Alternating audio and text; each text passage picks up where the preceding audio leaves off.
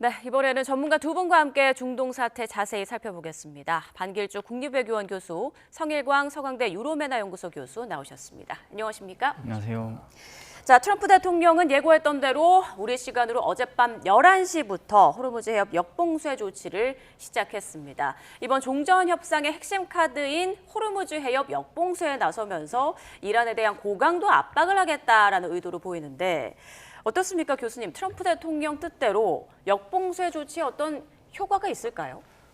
사실 이 봉쇄 자체가 이미 놓여져 있는 장벽을 하나 더 세우는 거잖아요. 예. 그러니까 결국은 지금 뭐 유가가 올라가는 상황에서 당연히 유가를 멈추기는커녕 더 올라가는 게 불가피해요. 근데 예. 이제 왜 이렇게 했냐? 사실 단기적인 그 유가 상승이라는 이익을 감수하더라도 두 가지 이제 효과를 노렸겠죠. 첫 번째는 뭐냐면 이란군의 호르무즈 해협 장악력을 좀 약화시키겠다. 예. 두 번째는 협상력을 높이겠다. 지금 이제 사실은 물밑 협상이 진행되고 있는 것으로 알려져 있는데 그 두 가지를 높인 거 이제 기대했던 거죠. 근데 이제 사실 살펴볼 지점이 이게 과연 작전적 효과가 어느 정도 있을지 불투명하거든요. 그게 예. 왜 그러냐면 미국이 하르그 섬 장악을 이제 시도했을 때 하르그 섬 장악 딜레마가 있었어요. 그건 뭐냐면 초기에 일부 병력을 투입시켜서 일시 장악은 가능하더라도 지속 유지는 힘들 것이다. 그게 똑같아요, 사실은. 그 봉쇄 작전 자체도 지금 15척이 투입됐다고 하는데 15척을 2주, 3주, 뭐 4주 내내 거기에 이제 작전을 시킬 수는 없는 것이거든요. 해상 보급도 해야 되고, 그러니까 결국은 그 기름도 필요하고, 그다음에 주부식도 필요하고, 그다음에 뭐 이 정비 소요도 필요하거든요. 네. 결국은 그 딜레마가 똑같이 있기 때문에 이것은 이제 불투명한 부분이 좀 있고요. 또 한편으로는 이란의 이제 대응 명분을 이제 제시해 주는 측면이 있습니다. 이제 이렇게 휴전 기간에 봉쇄 작전을 하니까 이란에서는 이게 미국이 시작한 어떤 그 긴장 요소니까 이거에서도 대응을 해야 된다. 그런 과정에서 촉발 요인이 발생을 해서 휴전 기간이 깨질 수 있는 위험 요소까지 있는 것이거든요. 예. 그러니까 원래는 둘 다 합의를 원하고 휴전을 지키기 원했지만 현장에서의 화약고가 촉발 요인이 돼서 그 휴전이 파기될 수 있는 거거든요. 그런 측면에서는 이제 불리한 측면이 없지 않아 좀 있죠. 네, 말씀해 주신 대로 이란은 역봉쇄 조치에 대해서 불법이며 해적질이다라고 강하게 반발하고 나섰습니다. 말씀하신 대로 오히려 호르무즈 해협 부근의 어떤 무력 충돌만 야기하는 그런 꼴이 된 게 아니냐 이런 지적도 있는데요. 어떻게 보세요? 네, 그렇습니다. 우리 박 교수님께서 잘 설명해 주셨듯이 사실 이렇게 되면 호르무즈 해협에서 미국과 이란 간의 무력 충돌 가능성이 한참 높아졌죠. 왜?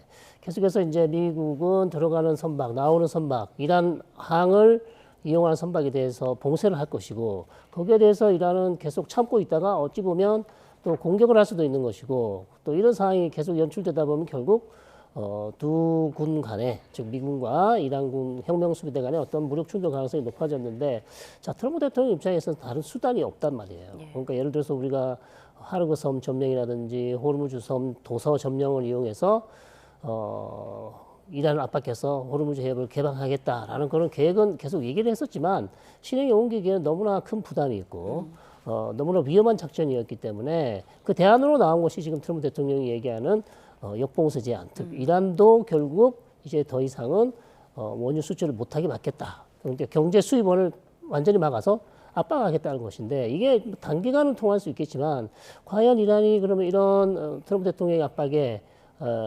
굴복하고 협상 테이블로 나와서 트럼프 대통령이 원하는 어떤 조건을 들어줄 수 있을까? 네. 거기에는 이제 의문점이 남는다는 것이죠. 미국의 역봉쇄가 이란의 어떤 빌미만 준 게 아닌가라고 우려되는 부분이 이란이 국영방송을 통해서 이런 메시지를 냈습니다. 바브엘 만데브 커밍순, 바브엘 만데브 해협까지 봉쇄에 나서는 게 아니냐 이런 가능성이 나오고 있는데 어떻게 예상하세요? 네, 그렇습니다. 저희가 이제 후티가 한 달 정도는 이 전쟁에 참전하지 않았죠. 그래서 한 2주 전부터 이스라엘 쪽으로 탄도미사일 발사하면서 사실상 이 전쟁에 참전하게 됐습니다. 그 이유는 뭐 이란 쪽에서 계속 이 전쟁에 참전해야 된다 계속 요구를 했었고요.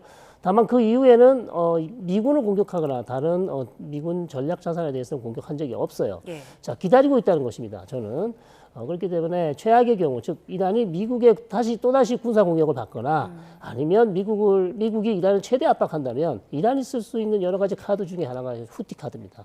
결국 그렇다면 바벨 만데브 해협을 막아서 홍해도 봉쇄해서 결국 아시아에서 유럽으로 가는 가장 중요한 해상로죠. 그러니까 수에즈 운하를 통과하지 못하도록 막음으로써 또다시 세계 경제 또 하나의 큰 압박 요인을 만들어냅니다. 그렇다면 이제 호르무즈 해협도 막히고 그다음에 홍해도 막히고 수에즈 운하도 막히는 이런 상황이 되기 때문에 항상 물류망이나 아니면 유가 계속 올라갈 수밖에 없는 그런 요인이 되겠죠. 그렇기 때문에 이란으로서는 가장 중요한 카드 중에 하나를 지금 쥐고 있다. 이렇게 말씀드릴 수 있겠습니다. 말씀 들어보면 지금 미국 측보다는 이란이 들고 있는 카드가 더 많아 보이는데요. 어제 밤부터 실시한 역봉쇄 조치 내용을 조금 더 자세히 보겠습니다. 미 중부 사령부가 발표한 내용을 보면 봉쇄 대상이 국적 불문이다라고 하고요. 그리고 봉쇄력 실질 수역은 오만만 및 호르무즈 해협 동쪽의 아라비아해라고 적시를 했습니다.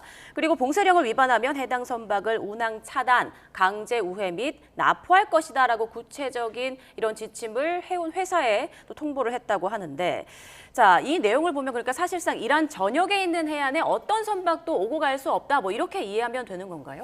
그렇죠. 이제 페르시아만에서 호르무즈 해협, 아라비아해로 이어지는 게 이제 출항 항로가 있고 입항 항로가 있는데 거길 드나드는 이제 모든 선박, 특히 이제 이란의 항구를 이용하는 선박은 모두 해당된다는 거니까 사실은 이 해협을 지금까지 다녀왔던 모든 선박이 기본적으로 검문의 대상이 되는 거예요. 검문의 대상이 되는데 이란 선박은 통과를 안 시켜주는 것이고 그다음에 그 외의 선박은 통과시켜주는 것이죠. 그럼 결과적으로 뭐냐면 이게 해상 진공화가 일어나는 거죠. 그러니까 이 지역에 항행 금지 구역 효과가 일어나는 겁니다. 그러면 뭐 34척이 지금 최근에 통과됐다고 하는데 이게 이러한 상황이 이게 뭐 반짝 효과에 그치는 것이지. 그러니까 이 봉쇄에 대한 효과도 아닐 뿐만 아니라 사실 이것도 지금 휴전 상황에 대한 어떤 반사 이익으로 지금 온 거로 보여지는데 이런 효과도 이제 기대할 수 없는 상황이 되는 것이거든요.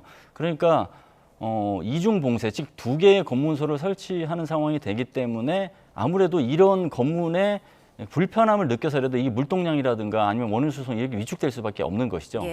말씀하신 대로 이런 조치가 유가 급등을 더욱 부채질할 거라는 우려가 지금 커지고 있는 상황인데 트럼프 대통령은 아마도 유가 조금 더 오를 가능성이 있다라고 말을 했고요. 이란의 경우에는 지금의 가격을 즐겨라. 갤런당 4, 5달러를 그리워하게 될 것이다. 이런 말을 했습니다.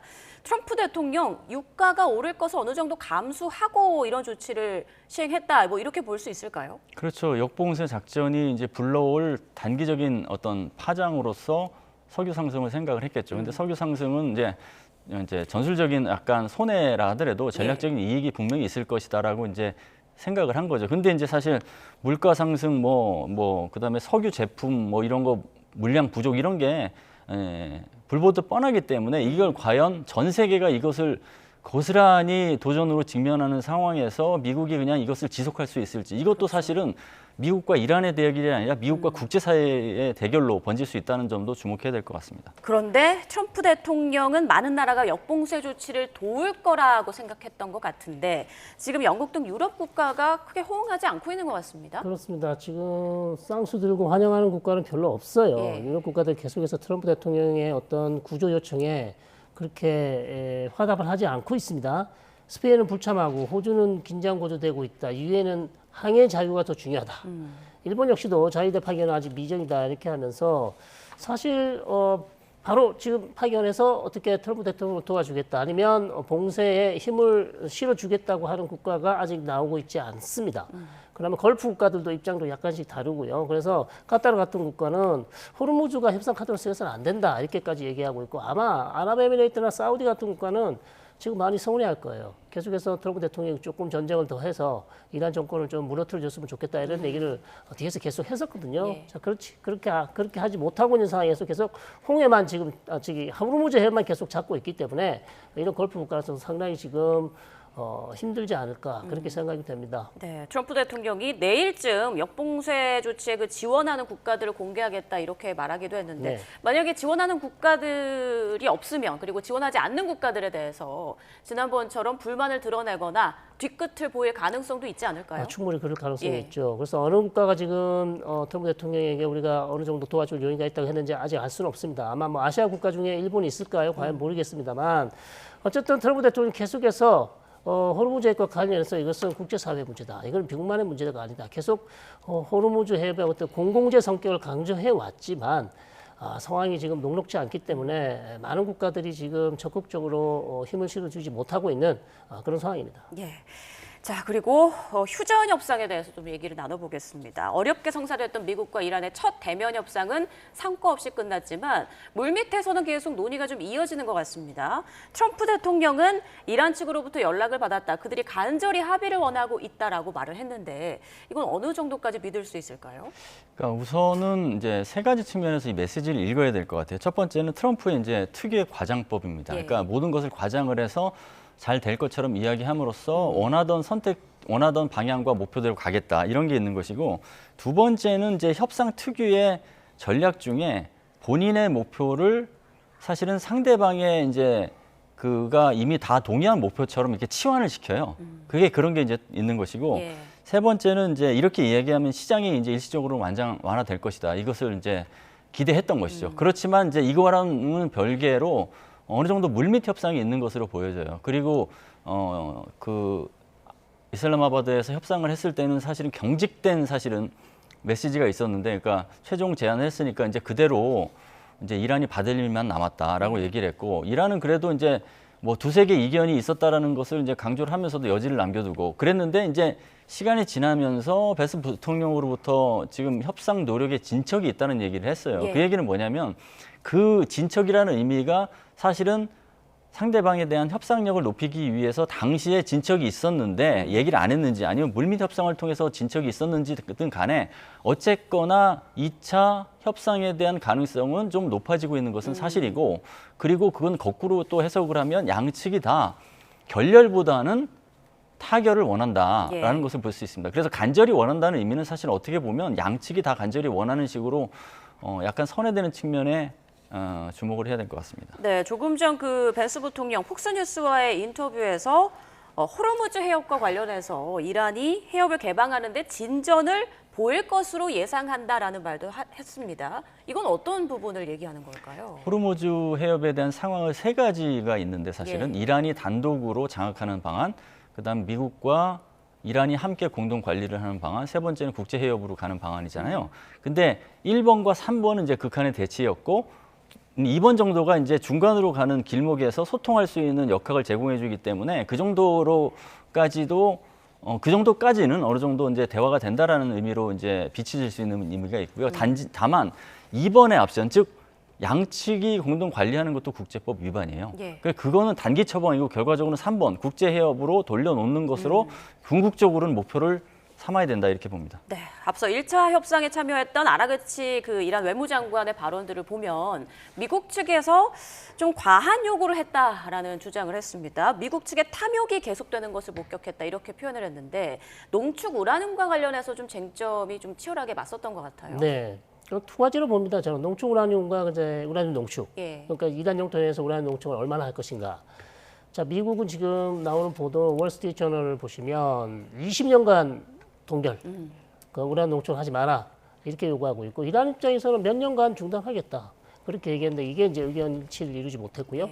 그다음 고농축 우라늄 관련해서는 미국은 뭐 440kg, 순도 60% 이상 농축된 거 전부 다 반출해라, IAEA 이제 국제원자력기구에 제출해라 얘기한 건데, 이란 입장에서 이거를 20% 이상 3.67%가 낮춰가지고 본인들이 원자력을 돌리는데 필요한 여유를 쓰겠다고 얘기를 하고 있어요. 그 반출을 안 하겠다는 거죠. 예. 중화를 시켜서 시속을 시켰어요. 시속을 시켜서 그렇게 하겠다는 건데, 이 두 부분이 좁혀지기가 어려운 그런 상황이에요. 그래서 제 생각은 이제 벤스 부통령은 이렇게 얘기하죠. 우리가 원래 영구로 요청을 하려고 했다. 영구 우라늄 농축 중단을 했었는데 지금 20년을 줄여준 거다. 많이 양보한 거다. 많이 양보한 예. 거다 얘기하고 있어요. 그러니까 이란 입장에서는 이건 말도 안 된다. 우리는 트럼프 대통령 임기 기간 내에는 절대 우라늄 농축을 하지 않겠다고 얘기했고, 그 이유는 새로운 대통령과 또 뭐 하겠다 이런 식으로 얘기를 했기 때문에 예. 결국 양측 간에 신뢰가 없다는 거죠. 신뢰가 없는 거고, 제 생각엔 이 두 개 중에 한 개는 누가 미국이 양보하고 또 하나는 이란이 양보하고 이렇게 해서 딜을 해야 됩니다. 그러니까 예를 들어서 미국이 20년이 아니고요. 4년이나 5년 정도 요구를 하고, 더 짧게 요구를 하고, 이란은 대신 고농축 우라늄을 희석하지 말고 IAEA에 제출하는 방식, 이렇게 두 개를 딜을 하는 게 가장 현실적이다, 이렇게 봅니다. 네, 반 교수님께서는 현실적으로 어떻게 좀 조율을 해나가는 게 좋을 거라고 보세요? 그러니까 목표를 좀 기대치를 좀 낮춰야죠. 그러니까 협상에서 그 실패한 이유는 처음부터 너무 빅딜을 원했던 거죠, 사실은. 그러니까 2014년부터 핵 문제를 해결하기 위한 다양한 이제 어떤 협상 노력이 있었고 2015년에 JCPOA 타결을 했고 2018년에 트럼프가 이거를 이제 탈퇴를 했고 그런 과정 2026년까지 보면 12년이잖아요. 근데 12년을 21시간에 해결하는 게 어렵잖아요. 근데 그걸 빅딜을 하려고 했어요. 그러니까 스몰딜이나 미들딜이었으면 미들딜까지도 어느 정도 좀 가능했을지 모르지만 스몰딜도 아니고 미들딜도 아닌 빅딜이었다. 이거는 사실은 결렬 가능성이 높았던 거죠. 그래서 저는 어쨌거나 중장기적으로는 해결을 하겠다라고 하면서 지금 현재에서 할 수 있는 수준의 스몰딜과 미들딜을 하면 어떨까라는 생각이 드는 게 예. 이제 결국은 농축 우라늄 반출 문제 이거를 좀 중장기 과제로 놓고 그다음에 지금 핵 프로그램을 일단은 중단하겠다. 그러니까 제재도 일시적으로 좀 완화해라. 그리고 나머지는 중장기 협상을 통해서 가자. 그리고 호르무즈 해협을 대신 개방을 해라. 이 정도로 해서 스몰딜 혹은 미들딜로 하면 타결을 하고 국제사회 입장에서는 반길 만한 소식일 수 있을 것 같습니다. 네, 일시적으로 일단 핵 개발도 중단하고 호르무즈 해협도 좀 개방하고 일시적으로 휴전 상황을 좀 길게 만든 다음에 점진적으로 논의를 좀 키워나가야 되지 않겠느냐라는 말씀이십니다. 자, 그런데 현재 협상 불발로 트럼프 대통령은 추가 군사적 가능성, 공격 가능성까지 지금 검토하고 있는 것으로 알려지고 있는데 앞서 뭐 발전소나 교량, 담수 시설 가능성을 언급하긴 했지만 이렇게 뭐 전면전으로 가지는 않을 것이다라는 전망이 많더라고요. 그렇습니다. 그건 사실 뭐 발전소나 담수 시설을 공격하면 협상은 물 건너가는 거잖아요. 그렇기 때문에 최악의 경우에 아마 그런 옵션을 생각하고 있는지 모르겠는데요. 아직까지 우리 한국 시간은 22일까지 휴전이 유지됩니다. 그래서 시간이 조금 있기 때문에 저는 트럼프 대통령이 22일까지는 최소한 기다린다. 예. 기다려보고 그다음에 22일 지나고 나서 또 뭐 연장 이란에게 시간을 더 주든지 아니면 그런 방식으로 될 것 같고 만약에 최악의 경우 트럼프 대통령은 다시 다른 수단, 다른 방법을 강구할 가능성이 높다 이렇게 봅니다. 네, 지금 종전 협상을 어렵게 만드는 것이 이스라엘이다라는 얘기가 많이 나오고 있습니다. 협상이 불발되자 이스라엘군은 이란과의 전쟁 재개 준비에 바로 착수했고요. 네타냐후 총리는 기다렸다는 듯 레바논 남부를 방문해서 앞으로 전쟁을 계속 이어갈 것이다라고 또 천명을 하기도 했는데 지금 이스라엘의 속내에 대해서는 어떻게 보십니까? 이스라엘이 이제 속내를 숨기려고 했는데 너무 이걸 반복하다 보니까 속내가 이제 사실은 어느 정도 들킨 것 같아요. 예. 이게 첫 번째는 뭐냐면 이스라엘의 요구를 관철하지 못한 채 종전은 없다. 그러니까 어떻게 보면 이슬람마바드 협상 자체의 결렬을 내심으로 반기는 게 아니라 이제 그 겉으로 드러내서 반기는 듯한 그런 모습이 이제 연출되는 것이고요. 두 번째는 미국과 이스라엘이 한꺼번에 이제 연합을 통해서 이란 공습을 했지만 미국이 출구로 이제 빠져나가더라도 이스라엘은 전선에 남아서 계속 싸울 것이다. 그리고 지금은 그 명분을 만드는 과정이다라고 이제 쓰는 게 있고요. 그 다음에 세 번째는 이제 관심 전환 전쟁이죠. 내부의 정치적 도전을 풀어내기 위해서 외부의 위협을 부각시켜서 그 문제를 돌파한다. 이거죠, 사실은. 그러니까 이제 사법 리스크가 있잖아요. 예. 그것을 전쟁으로 해결하려고 하는 건데 이제는 이제 국제사회가 이제 사실은 이론으로만 존재하는데 현실 세계에서 조금 있어 왔거든요. 이제 네타냐후 총리 같은 경우는 이제 국제사회가 너무 이제 쉽게 알아버린 거죠. 이제 그런 상황이 있는 거죠. 네, 레바논 남부 지역 마을은 초토화된 것으로 전해지고 있습니다. 민간인 피해도 상당한 것으로 알려지면서 이스라엘에 대한 비판의 목소리가 더 커지고 있는 상황인데요. 현지 시간 14일 그러니까 오늘 워싱턴에서 이스라엘과 레바논 정부 간의 대면 협상이 열릴 예정입니다. 네타냐후 총리 말에 따르면 레바논 정부 측에서 먼저 요청을 해와서 응하는 거다라고 말을 했는데 과연 이 자리에서 어떤 성과가 좀 나올 수 있을까요? 글쎄요, 이제 지켜봐야 될 것 같지만 예. 어쨌든 트럼프 대통령이 이제 강력하게 드라이브를 걸고 있습니다. 네타냐후 총리 사실상 협상하고 싶지 않았는데 트럼프 대통령이 계속해서 빨리 휴전하는 게 좋겠다. 그래서 워싱턴으로 와서 레바논 정부와 휴전 협상을 해라. 그러니까 예. 지금 레바논에서 벌이는 전쟁은 이스라엘과 헤즈볼라 간의 전쟁이고요. 그렇죠. 레바논 정부는 사실상 이스라엘과 전쟁을 하고 있지 않습니다. 그러나 헤즈볼라가 이스라엘과 협상을 할 수 없는 상황이고 그렇기 때문에 레바논 정부와 이스라엘 간의 어떤 휴전 합의가 이루어져도 그것을 레바논 가서 적용시킬 수 있을까?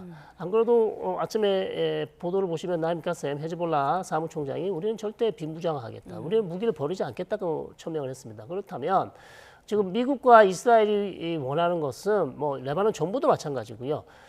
일단 헤즈볼라를 비무장화해야 된다는 게 지금 합의가 돼 있습니다. 예. 근데 헤즈볼라는 지금 절대 우리는 무기를 버리지 않겠다.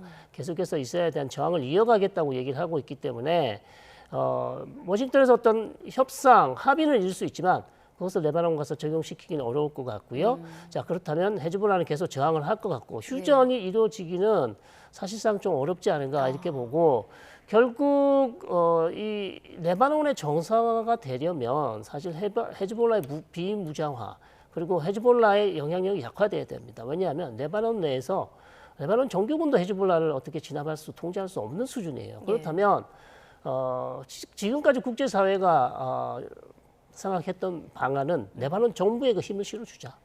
정치력과 외교력 그리고 무기도 주고 훈련도 시켜서 헤즈볼라를 좀 제압할 수 있는 방안이 없냐 여러 방면으로 노력을 했지만 그게 성공하지 못했습니다. 그렇기 때문에 계속해서 지금 이스라엘은 과도할 정도로 레바논에서 공격을 계속하고 있는 것이고 왜냐하면 헤즈볼라가 계속 이스라엘 쪽으로 로켓을 쏘고 있고 휴전이 이루어지고 있지 않는 상황이기 때문에 이스라엘은 또 과도한 무력 사용으로 민간 피해가 늘어나고 있고 자제를 해야 되겠죠. 네, 그래서 국제사회에 상당히 많은 비난을 지금 받고 있는 정말 풀기 어려운 그런 난제이다 이렇게 말씀드릴 수 있겠습니다. 네, 오늘 이스라엘과 레바논 정부의 협상 뒤에도 아마 레바논에서는 총성이 계속될 것 같다라는 전망을 해주셨습니다.